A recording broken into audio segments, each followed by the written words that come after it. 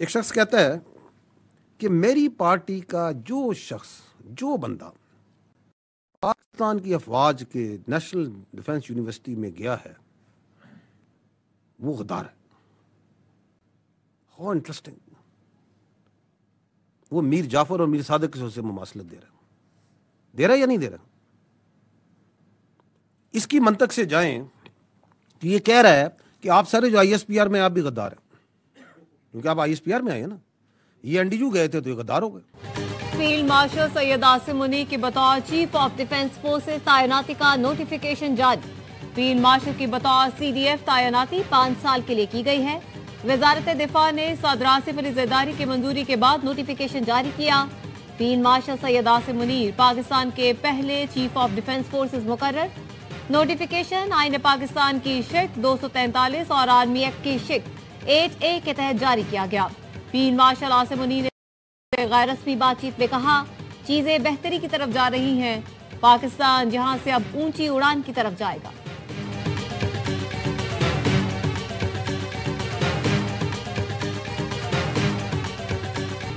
Year chief marshal Zaheer Ahmed Babar Sidhu کی مدت ملازمت میں 2 سال کی توسیع کا نوٹیفیکیشن بھی جاری.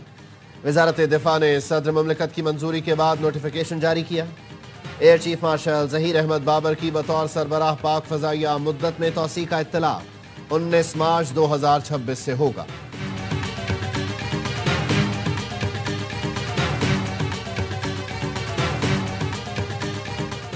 صدر آصف علی زرداری اور وزیر اعظم شہباز شریف کا آرمی چیف اور سی ڈی ایف سید عاصم منیر اور پاک فضائیہ کے سربراہ کے لیے نیک خواہشات کا اظہار.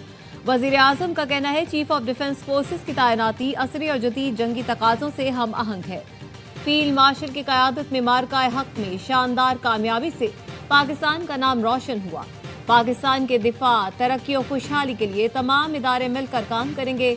ملک کے دفاع کو مل کر ناقابل تسخیر بنائیں گے.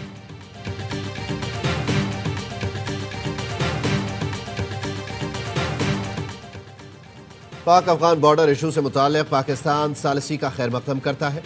ترکی کے ثالثی وفد کو خوش آمدید کہیں گے.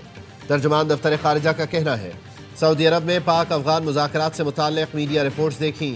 ان مذاکرات سے متعلق ہمیں کچھ علم نہیں. Pak Afghan border self defence کی بنیاد پر بند کیا گیا. فی الوقت سرحدیں امدادی کارروائی کے لیے کھولی گئی ہیں. سرحد کھولنے سے عام شہریوں اور بارڈر سیکیورٹی گارڈز کو خطرہ ہو تو بند رہنا بہتر ہے.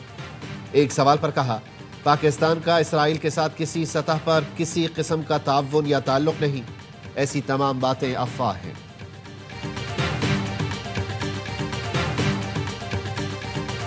طوفان برپا کیا ہوا تھا چائے کی پیالی میں. پورے سوشل میڈیا پہ اور الیکٹرانک میڈیا پہ افواہیں پھیلانے والوں کو آج قوم کے سامنے شرمسار ہونا چاہیے. چائے کی پیالی میں طوفان برپا کیا گیا. نوٹیفیکیشن کے معاملے پر جھوٹا بیانیہ بنایا گیا. بڑے بڑے سینئر صحافیوں کو قوم سے معافی مانگنی چاہیے. وزیر اطلاعات عطا تارڑ کہتے ہیں تمام فورسز کی یونیفائڈ کمانڈ دشمن کے لیے واضح پیغام ہے.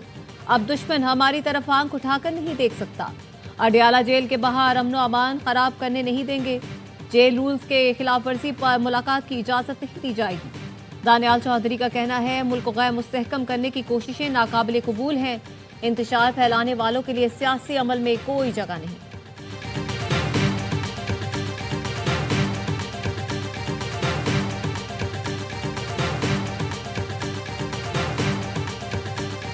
ہم منگل والے دن بالکل جائیں گے. قانون جیل مینیول ہمیں اجازت دیتا ہے اور یہ کون ہوتا ہے روکنے والا؟ یہ کون سا قانون کے تحت کہہ رہے ہیں ہم نہیں اپنے بھائی کو مل سکتے؟ اگر یہ کرتے جائیں گے ہم سڑکوں کے اوپر بیٹھ جائیں گے جا کر. منگل کو اڈیالہ جائیں گے. قانون اور جیل مینول ہمیں اجازت دیتا ہے. یہ کون سے قانون کے تحت کہتے ہیں کہ بھائی سے نہیں مل سکتے؟ علیمہ خانم کہتی ہے میری بہن کے انٹرویو پر سارا دن سوال کر رہے ہیں. مودی سے دوستی تو نواز شریف کی ہے اس پر بات نہیں کرتے.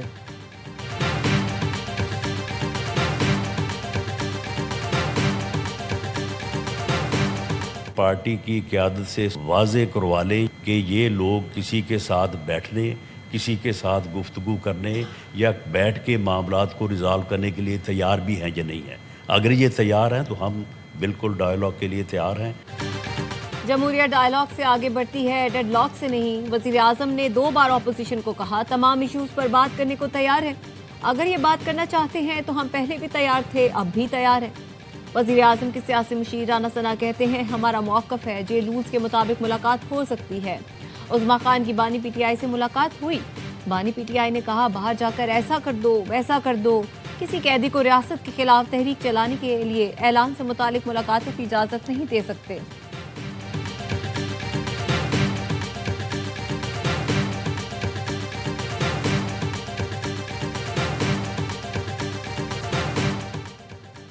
بلوچستان کابینہ کی chief of defence forces field marshal Syed Asim Munir کو نئی ذمہ داریاں سنبھالنے پر مبارکباد۔ وزیر اعلیٰ سرفراز بگٹی نے کہا فیلڈ مارشل سید عاصم منیر نے پاکستان کا سر فخر سے بلند کیا۔ پاک افواج عالمی اور قومی چیلنجز سے نمٹنے کی غیر معمولی صلاحیت رکھتی ہیں۔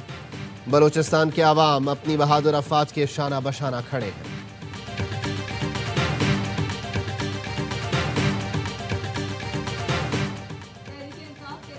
شہزاد اکبر اشتہاری قرار۔ اسلام آباد کی عدالت نے تحریری حکم جاری کر دیا۔ شہزاد اکبر کے وارنٹ گرفتاری جاری کرنے کا بھی حکم۔ سابق مشیر داخلہ کئی بار طلب کرنے کے باوجود عدالت میں پیش نہ ہوئے۔ شہزاد اکبر کے خلاف ٹویٹر پر متنازع بیانات کی بنیاد پر این سی سی آئی اے نے جولائی میں مقدمہ درج کیا تھا۔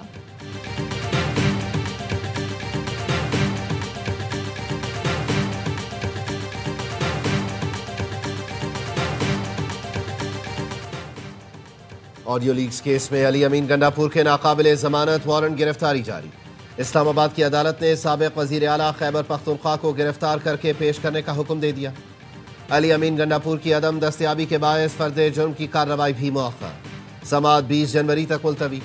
9 مئی کے 3 مقدمات میں لاہور کی انسداد دہشت گردی عدالت نے عمر ایوب کی عبوری ضمانت کی درخواست خارج کر دی۔ انسداد دہشت گردی عدالت نے عدم پیروی پر عبوری ضمانتیں خارج کیں۔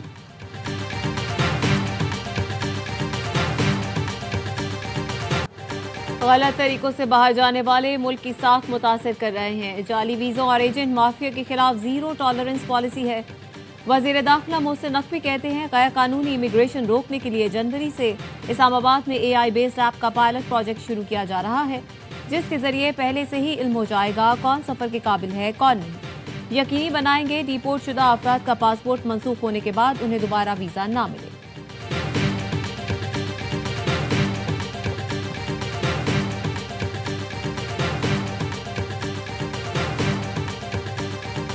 کرکٹ کا عظیم نام معین خان کا انتقال ہو گیا ہے، ان کے لیے معین خان صاحب یہ معین خان صاحب کی فیک نیوز ہے، وہ بالکل صحت یاب ہیں، اسی تو بھی اچھا سر شاید وہ فیک نیوز تھی ہمارے نامے دیکھی۔ میں معذرت چاہتا ہوں کہ میں نے یہ بات کہی۔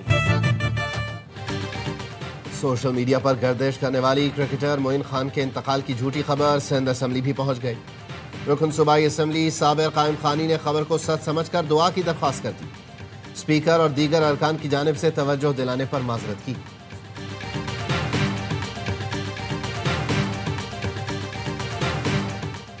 انجینئر محمد علی مرزا کو اڈیالہ جیل سے رہا کر دیا گیا۔ Lahore high court Rawalpindi bench نے ضمانت منظور کی تھی۔ انجینئر محمد علی مرزا کے خلاف جہلم میں توہین مذہب کا مقدمہ درج ہے۔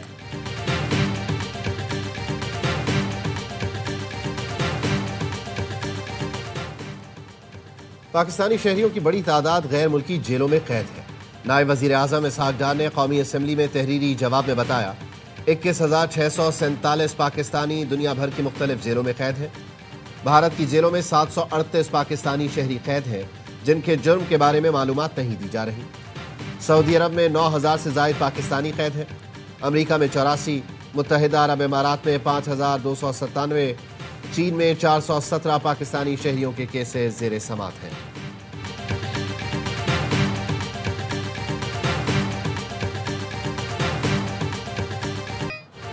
کراچی منگو پیر میں پہلی جماعت کی طالبہ کھلے مین ہول میں گر گئی۔ بچی کو قریب سے گزرتے سادہ لباس اہلکار نے فوری نکال دیا۔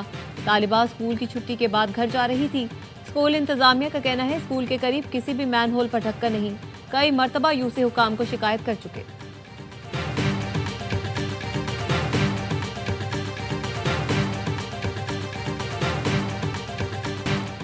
کراچی کے لانڈھی ایکسپورٹ پروسیسنگ زون میں لگی آگ پر تاحال قابو نہیں پایا جا سکا۔ وزیر اعظم کے معاون خصوصی ہارون اختر کی زیر صدارت ایکسپورٹ پروسیسنگ زون اتھارٹی کا اجلاس۔ ہارون اختر نے کہا بار بار کے آتش زدگی کے واقعات تشویشناک ہیں۔ ایکسپورٹ پروسیسنگ زون اتھارٹی کو ذمہ داری لینا ہوگی غفلت اور نااہلی کے لیے زیرو ٹالرنس ہے، زندگیاں داؤ پر نہیں لگنے دیں گے۔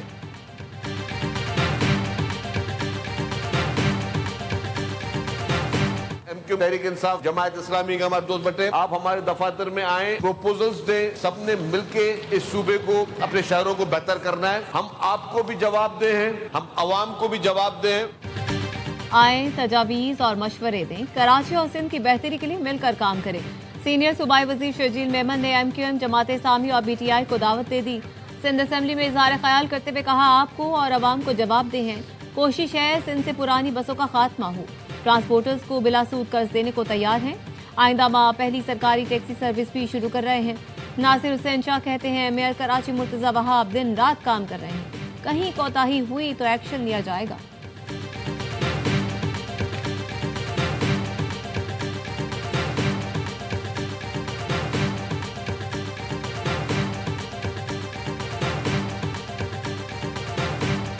وزیر اعلیٰ سندھ سے آسٹریلیا کے نئے ہائی کمشنر کی ملاقات، مراد علی شاہ نے کہا، پاکستان میں پانی کی کمی ہے جس کے لیے واٹر مینجمنٹ انتہائی اہم ہے۔ سندھ حکومت واٹر مینجمنٹ پر کام کر رہی ہے، ایسی فصلیں متعارف کرانا چاہتے ہیں جو کم پانی میں اگائی جائیں۔ آسٹریلوی ہائی کمشنر نے سندھ میں سرمایہ کاری کے امکانات پر دلچسپی کا اظہار کیا۔ وزیر اعلیٰ سندھ کی زیر صدارت public private partnership policy board کا اجلاس، جون 2027 میں گھوٹ کی کندکوٹ پل کا افتتاح کرنے کا فیصلہ، منصوبے کو سندھ کی معاشی شاہراہ قرار دے دیا گیا۔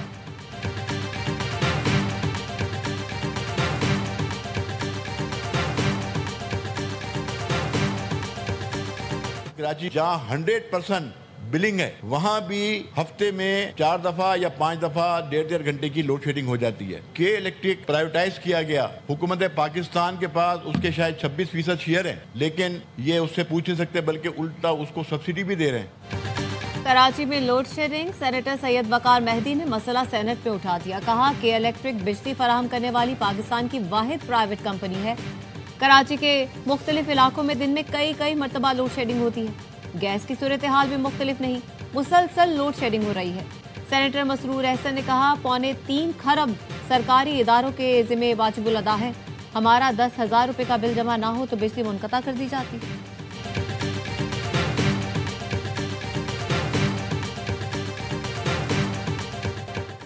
وزیر اعظم شہباز شریف کا ملیشین ہم منصب سے ٹیلی فونک رابطہ، ملیشیا میں حالیہ بارشوں، سیلاب، تودے گرنے سے قیمتی جانی نقصان پر دلی تعزیت کا اظہار، امدادی اور ریسکیو کارروائیوں میں ہر ممکن مدد کی پیشکش۔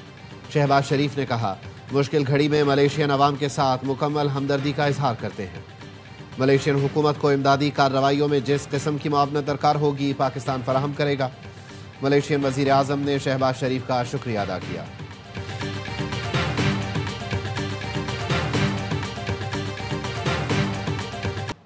وزیر اعظم کی ہدایت پر NDMA اور پاک آرمی کی سری لنکا میں امدادی کارروائیاں، پاک آرمی کی ٹیم متاثرہ علاقوں میں ریسکیو آپریشن میں مصروف، طوفان کے باعث لاپتہ افراد اور جاں بحق ہونے والوں کی لاشوں کی تلاش کا عمل تیز کر دیا گیا۔ پاک آرمی کی مخصوص ٹیم کی پہاڑی علاقوں میں بھی امدادی سرگرمیاں،